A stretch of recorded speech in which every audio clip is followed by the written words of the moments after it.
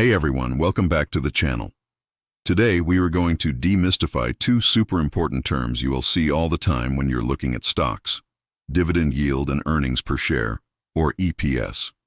By the end of this video, you'll understand exactly what they mean, how they're calculated, and why they matter so much to investors.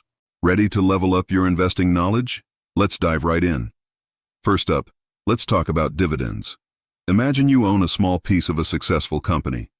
When that company makes a profit, it might decide to share some of that profit with its owners. That's you, the shareholder. This payout is called a dividend. It's like a little thank you for investing in them. So, what is dividend yield?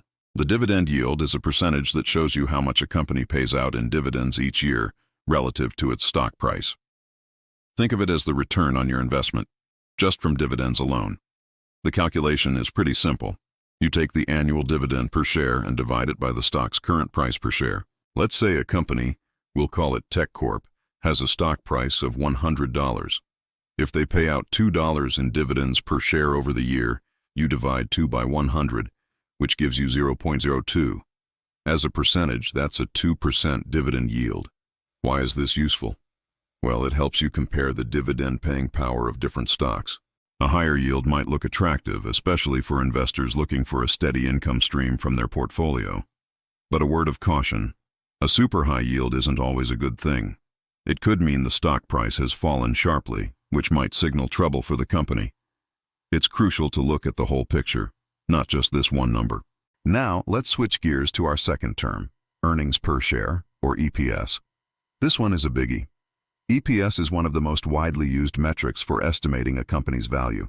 In simple terms, it tells you how much profit a company has made for each share of its stock.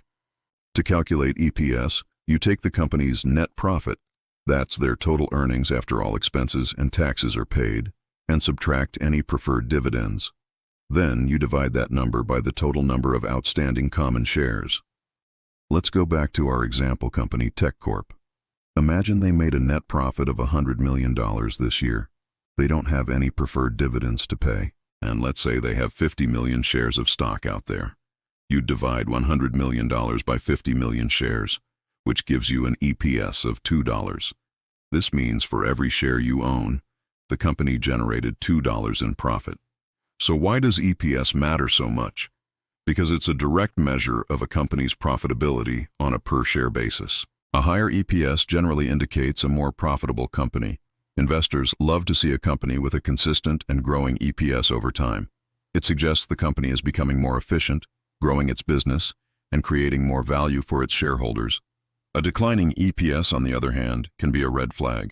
When you're analyzing a stock, you'll often see EPS used in another popular metric called the PE ratio, or price-to-earnings ratio.